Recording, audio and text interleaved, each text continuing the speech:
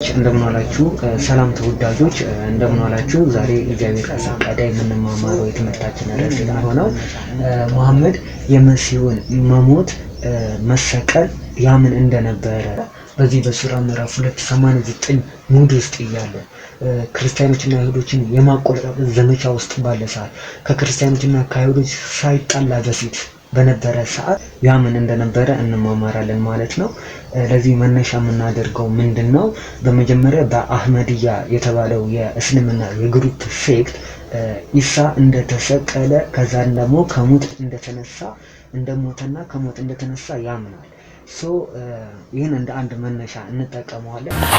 ለዚህ ነው አንዳንድ መጻፋቸውን ጠንቅቀው የተረዱና ከብሽሽቅ ዓለም ወጥተው መጻፋቸውን የመረመሩ እንደ ሼህ ኢምራንና ተከታዮቻቸውን የመሰሉ የእስልምና ሊቃውንት የክርስቶስን መሞት መካድ አይቻልም ብለው እንደገና ሙስሊሞች ተመልሰው መጻፋቸውን እንዲመለከቱ እያስተማሩ ያሉት።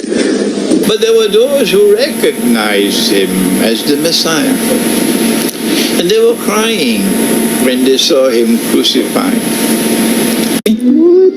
Don't come with this nonsense, because it is not only pathetic nonsense, it is absolutely sinful to say that Allah calls someone else to take the appearance of Nabi Isa alayhi salam, and that innocent man, innocent because he never claimed to be the Messiah, he was crucified.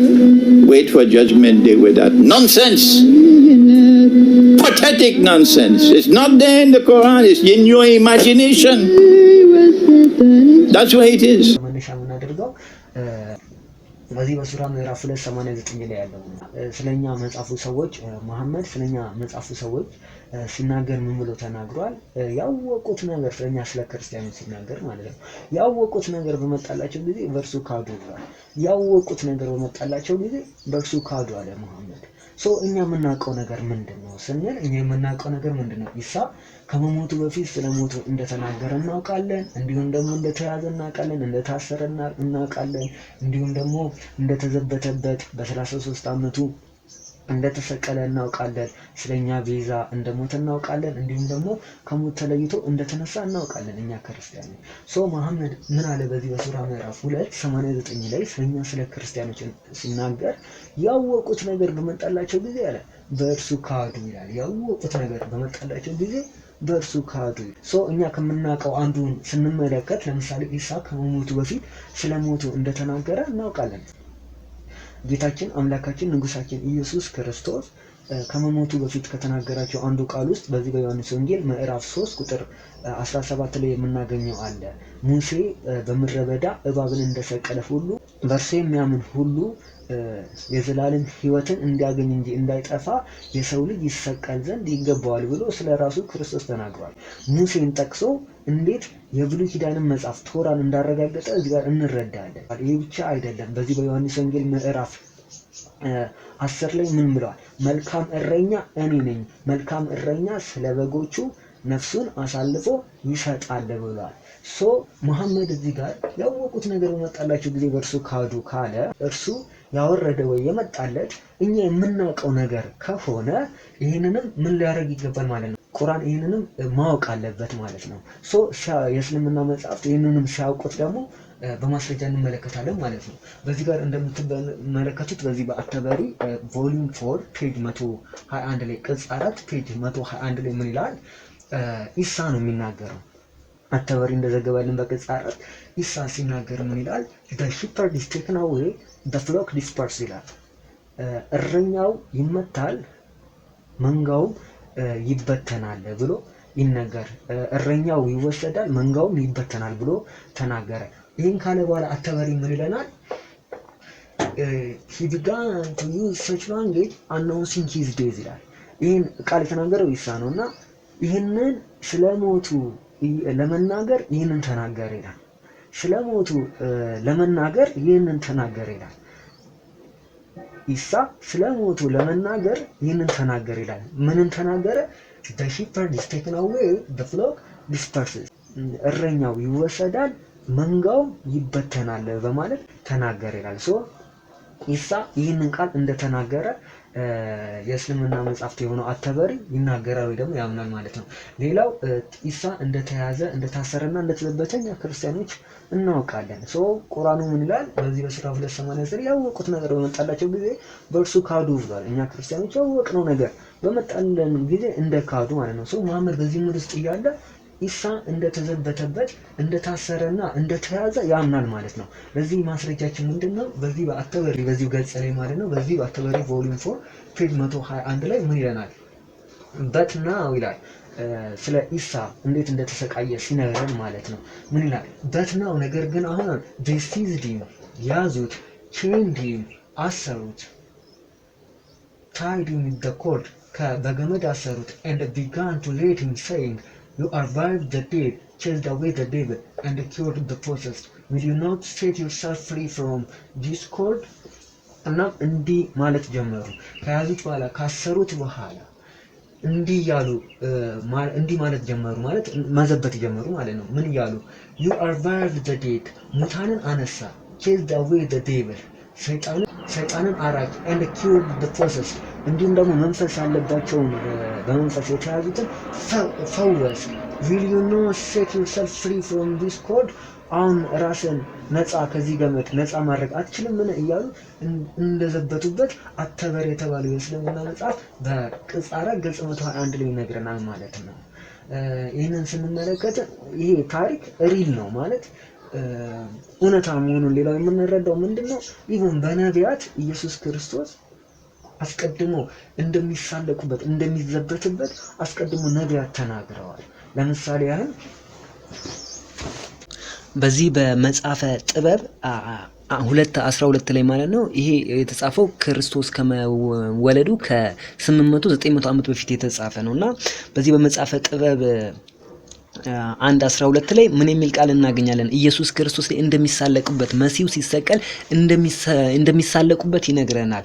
ምን ይለናል? የእግዚአብሔር ልጅ እንደሆነ ኑ ጻድቁን እንግደለው፣ በእኛ ጭንቅና ጽኑ ሆኖብናልና ስራችንን ይቃወማልና እግዚአብሔርን ማወቅ በእኔ አለ ይላልና ራሱንም የእግዚአብሔር ልጅ ያደርጋል እያለ ይቀጥልና እግዚአብሔርም አባቱ እንደሆነ ይመካል፣ ነገሩ ቀዋሚ እንደሆነ እንይ፣ ከመልኩም የተነሳ የሚሆነውን እንመርምር፣ የእግዚአብሔር እውነተኛ ልጅ ከሆነ ያድነው፣ ከሚቃወሙትም እጅ ይታደገው፣ የተዋረደና የከፋ ሞትን እንፍረድበት እያሉ ልክ ሞትን ሲፈርዱበት እንደተሳለቁበት እውነተኛ ልጁ ከሆነ ያድነው እያሉ እንደተሳለቁበት ይነግረናልና በዚህ በአተበሪ ላይ የሰፈረው የኢሳ መያዝ መታሰርና መዘበት በቀላሉ የሚታይ አይደለም። በነቢያት አስቀድሞ ኢቭን የተነገረ ነው። መሐመድ በዚህ ሙድ ውስጥ እያለ በዚህ በሱራ ምዕራፍ 289 ሙድ ውስጥ እያለ ክርስቲያኖችና አይሁዶችን የማቆለጳጰስ ዘመቻ ውስጥ ባለ ሰዓት ከክርስቲያኖችና ከአይሁዶች ሳይጣላ በፊት በነበረ ሰዓት የመሐመድ ሙድ ምንድነው? ክርስቲያኖችና አይሁዶች ምን ነበር? አትቃወሟቸው፣ እነርሱ ከኛ በላይ ስለ ነቢያት ያውቃሉ፣ እነርሱን ጠይቋቸው፣ እነርሱን ተከተሏቸው፣ መጽሐፋቸው ብርሃን አለበት፣ በመጽሐፋቸው ይዳኙበት እያለ ያቆለጳጵሳቸው ነበርና በዚህ ሙድ ውስጥ እያለ የኢየሱስ ክርስቶስን ስቅለት ያምን ነበረ መሐመድ። ለዚህ ማስረጃው በዚህ ማስረጃውን ፊት ለፊት ፎርዋርድ አድርግላችኋለሁ። በዚህ በምታዩት እስልምና መጽሐፍት ላይ ማለት ነው ምን የሚል እናገኛለን? they crucified him when he was 33 years old ይላል። ኢሳ በ33 ዓመቱ ሰቀሉት ብሎ ኢቭን በ33 ዓመቱ እንደተሰቀለ ይነግረናል የእስልምና መጽሐፍትና መሐመድ በዛ ሙድ ውስጥ ያለ ኢሳ እንደተሰቀለ ያምን ነበረ ማለት ነው።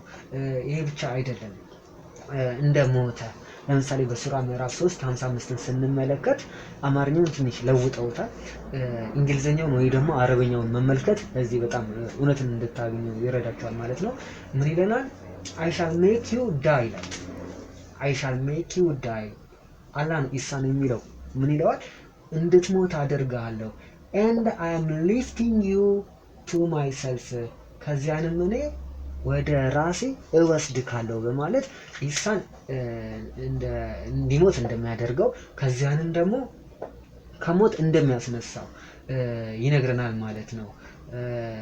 ያ ኢሳ ኢኒ ሙተወፊከ ወራፊኡከ ኢለየ ይላል።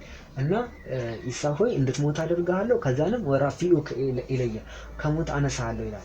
እና ሙተውፊክ የሚለውን ይሄ ሙተውፈ የሚለውን ቃል ማለት ነው ኢብን አባስ ኢብን የሂብር አልኡማ የሚባለው የመንጋው ጠባቂ ተብሎ የሚመሰከርለት ኢብን አባስ ምን ብሎ ነው የፈታው? ይሄንን ፓርት ብለን ስንመለከት ሙተውፊከ ማለትን ሙሚቱ ከብዶ ነው የፈታው መሞት ማለት ነው ብሎ በግልጽ አስቀምጦታል ማለት ነው።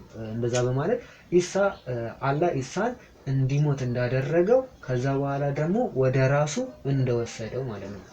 እንግዲህ እዚህ ጋር ብዙ ጥያቄ ማንሳት እንችላለን። ለምሳሌ ሁሉም ነቢያት በምድር ላይ ነው ያሉት። አላህ ግን የት ነው ያለው? ኢሳ ግን የት ነው ያለው? አላህ ወደ ራሱ ወስዶታል። አላህ የት ነው ያለው? አርሽ ላይ ነው እንደ እስልምና አስተምሮ ዛሬ። ስለዚህ ኢሳ የት ነው ያለው? አርሽ ላይ ነው። ኢሳ ብቻ ዛሬ አርሽ ላይ ነው ያለው። ሁሉም ነቢያት ግን ምድር ላይ ነው ያሉት እና ይህንንም ማንሳት ይቻላል ማለት ነው። ሌላው ኢብን ከሲር ይህንን ሱራ ምዕራፍ 3:55 እንትን ሲለው ምን ብሎ ተረጎመው? ኢብን ከሲር ይህ ሱራ ምዕራፍ 3:55 እንድትሞት አደርጋለሁ ከዛንም እንድትነሳ አደርጋለሁ የሚለውን ማለት ነው ሲተረጉመው ምን ብሎ ነው የተረጎመው? ሲፈስረው ማለት ነው ወሃብን ጠቅሶ ማለት ነው ምን ይላል? አላህ caused him to die for 3 days then resurrect him ይላል። አማተላሁ 3 አያም ثم በአሰው ثم ረፈዐሁ ነው። ምን ማለት ነው? አላህ ኢሳን ለ3 ቀን እንዲሞት አደረገው ከዚያንም አነሳው በማለት በግልጽ ኢብን ከሲር ወሃብን ጠቅሶ ኢሳ እንደሞተ ነግሮናል ማለት ነው። ሌላው መሐመድ ለእኛ ቤዛ ሲል እንደሞተ መሐመድ ያምን ነበር። ያው መሐመድ አካሄዱ ወደ መዲና እንደመጣው አካሄዱ ምንድነው? እናንተ ብቻ ተቀበሉኝ፣ እኔ ጋር ያለውና እናንተ ብቻ ተቀበሉኝ እንጂ የእናንተ ጋር እኔ አወረድኩት ወረደልኝ የምለው እናንተ ሁሉ የምታውቁት ነው በሚል ሙድ ውስጥ ነበረ መሐመድ። ያው እዚህ ጋር 2:89 ስትመለከቱ ያወቁት ነገር በመጣላቸው ጊዜ በእርሱ ካዱ እያለ ነው። የምታውቁት ነገር ነው የመጣላችሁ እያለ ነበር መሐመድ ክርስቲያኖችና አይሁዶችን ሲያስተምር የነበረው። እኛ ክርስቲያኖች ክርስቶስ ለሰው ልጆች ቤዛ ሲል እንደሞተ ምን እንላለን? እናምናለን። ስለዚህ መሐመድ ምን ማለት አለበት? መሐመድ ይናገር ነበር እንደዛ እያለ ማለት ነው። ማስረጃችን ምንድነው? ይሄው እዚህ ጋር በአተበሪ ፔጅ ቮሊዩም 4 ፔጅ 121 በዚህ ገጽ ላይ ማለት ነው ቅጽ 4 ገጽ 121 ላይ ማለት ነው ምን ብሎ ተናግሯል? sacrifice yourself one another just I sacrifice myself for you ይላል። እኔ ለእናንተ ቤዛ እንደምሆነው እናንተም እርስ በርሳችሁ ቤዛ ሁኑ በማለት ኢሳ ለሰው ልጆች ለሐዋርያቱ ለሰው ልጆች ቤዛ ሊሆን እንደመጣ ይናገራል ማለት ነው። sacrifice yourself one another እርስ በርሳችሁ ቤዛ ሁኑ just I sacrifice myself for you እኔ ለእናንተ መስዋዕት እንደምሆነው በማለት ተናግሯል ማለት። ስለዚህ ኢሳ ለኛ ቤዛ ይሆናል ማለት ነው፣ መስዋዕት ይሆናል ማለት ነው። መስዋዕትነቱ ለዓለም ነው። ለዓለም መሆኑን የምናውቀው ሱራ ምዕራፍ 19 ላይ ለሰው ልጆች ነው የሚለው። ለሰው ልጆች ምልክትም ያደርገዋል ነው የሚለው። ለሰው ልጆች ምልክት ያደርገዋል ማለት ምን ማለት? ሰው ማለት ወንድ፣ ሴት፣ ሙስሊም፣ ክርስቲያን የትኛውም ሰው ማለት ነው። ለሰው ልጆችም ኢሳ ሲወለድ አላህ ምን ብሎ የተናገረ? ለሰው ልጆች ምልክት ያደርገዋል። ለሰው ልጆች ማለት ወንድም ሴትም አማኙ የአማኙ ማለት ነው። ለዓለም እንደመጣ የምንረዳው ይህ ብቻ አይደለም። ልክ ኢሳ ሲፈርድ ወደ መስተመጨረሻ ይመጣልና ሲመጣ ሊፈርድ ነው የሚመጣውና የሚፈርደው ለዓለም ላይ እንደሆነ ሳሂህ የሆነው አልቡኻሪ ይነግረናል። ሳሂህ የሆነው ሐዲስ ይነግረናል ማለት ነው። ኢሳ ዊል ካም ቱ ጀጅ ፎር ማንካይንድ ነው፣ ለሰው ልጆች ሊፈርድ ይመጣል ነው የሚለውና ኢሳ የተላከው ለዓለም እንደተላከ ለሰው ልጆች እንደተላከ አይተናል። እና ኢሳ ምን ብሎ ተናገረ? sacrifice yourself one another የእርሱ መልእክቱ ኢሳ ምንድነው? እርስ በርሳችሁ ቤዛ ሁኑ just I sacrifice myself for you እኔ ለእናንተ ቤዛ እንደምሆነው እናንተም እርስ በርሳችሁ ቤዛ ሁኑ እያለ ኢሳ ለሰው ልጆች ቤዛ ለመሆን እንደመጣ ይነግረን ነበረ ማለት ነው። ይህ ብቻ አይደለም፣ አንድ ልጨምር። በዚህ በሱራ ምዕራፍ 5:32 ላይ እንደሚል ቃል እናገኛለን። በዚህ ምክንያት በእስራኤል ልጆች ላይ ነፍስን የገደለ ሰው ሰዎችን ሁሉ እንደገደለ ነው፣ ሕያው ያደረጋትም ሰው ሰዎችን ሁሉ ሕያው እንዳደረገ ነው ማለትን ጻፈን ይላል። ተመልከቱ ይሄ ነገር የተጻፈው ለማን ብቻ ማንን የሚመለከት ነው? ለእስራኤል ህዝብ ነው።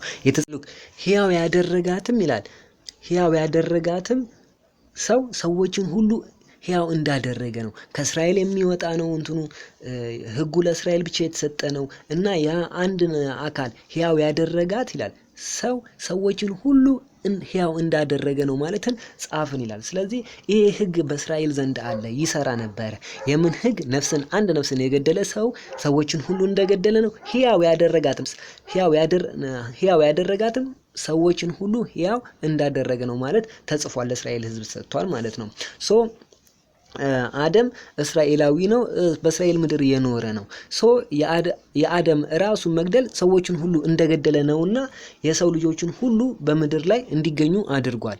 ሁላችንም እንደምናውቀው የእስልምና መጻሕፍትም እንደሚነግሩን በዚህ በሳሂህ ሙስሊም 95 ላይ መን አክረጀኩም ሚነል ጀነቲ ኢላ ከቲአቲ አቢኩም አደም ይላል። ከአዳም በደል ውጪ ማን ነው ከገነት ያባረራችሁ በማለት የአደም ኃጢአት በደል ወደ ምድር እንዳወረደን ወደ ሞት ወደዚህ እንድንመጣ እንዳደረገን ይነግረናል። ዛሬ የትኛውም ሙስሊም የሚፈልገው ጀነት መግባት ነው የሚፈልገው እና በመጀመሪያ ግን ጀነት ነበርን እና በአደም ምክንያት ነው ወደዚህ ወደ ምድር የመጣ ነው። ስለዚህ አደም እስራኤል ምድር የኖረ ነው። የአደም ራሱን መግደል ሰዎችን ሁሉ እንደገደለ ነውና የሰው ልጆች ሁሉ በምድር ላይ ተገኝተዋል። ሳሂህ ሙስሊም 95 ላይ መን አክረጀኩም ሚነል ጀነቲ ኢላ ከቲአቲ አቢኩም ከአባታችሁ ከአደም በቀር ወደ ገነት ያወጣችሁ ማን ነው እያለ ይነግረናል። እንዲሁም ደግሞ በዚህ በሳሂህ ቡኻሪ 3409 ላይ ሙሳና አደም በተከራከሩ ሰዓት ሙሳ አደምን ምን ብሎ ይቀሰዋል? አንተ ነህ ከገነት ያወጣህን እያለ አንተ ከገነት ያወጣን አባታችን ነህ እያለ ሲከሰው እንመለከታለን። ስለዚህ በአንድ ሰው ምክንያት ወደ ምድር እንደወረድን ከገነት ከሕያው ከሆነ ለዘላለም ከምንኖርባት ገነት እንደወጣን እንደሞትን ይነግረናል ማለት ነው። ይቀጥልና ቁርአኑ ምን ይላል? ነፍስን ሕያው ያደረጋትም ሰዎችን ሁሉ ሕያው ያደረገ ነው ይላል። ስለዚህ ማን ነው የአደምን ነፍስ ሕያው ለማድረግ መጥቶ የአደምና ዘሮቹን ሰዎች ሁሉ ከሲኦል ያወጣ የነሱን ኃጢአት የተሸከመ እስራኤላዊ ማን ነው ስንል አተበሪ ቅጽ 4 ገጽ 121 ላይ ምን ይለናል?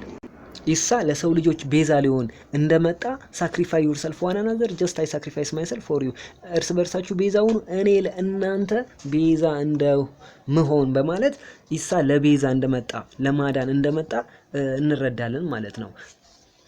ኢሳ ስለ እኛ ቤዛ እንደሞተ ከተመለከተ ሌላው ኢሳ እንደ እስልምና አስተምሮ ከሞት እንደተነሳ የእስልምና መጻሕፍት ይነግሩናል። በዚህ በቁርአን በሱራ ምዕራፍ 19 33 ላይ ምን የሚል ቃል እናገኛለን?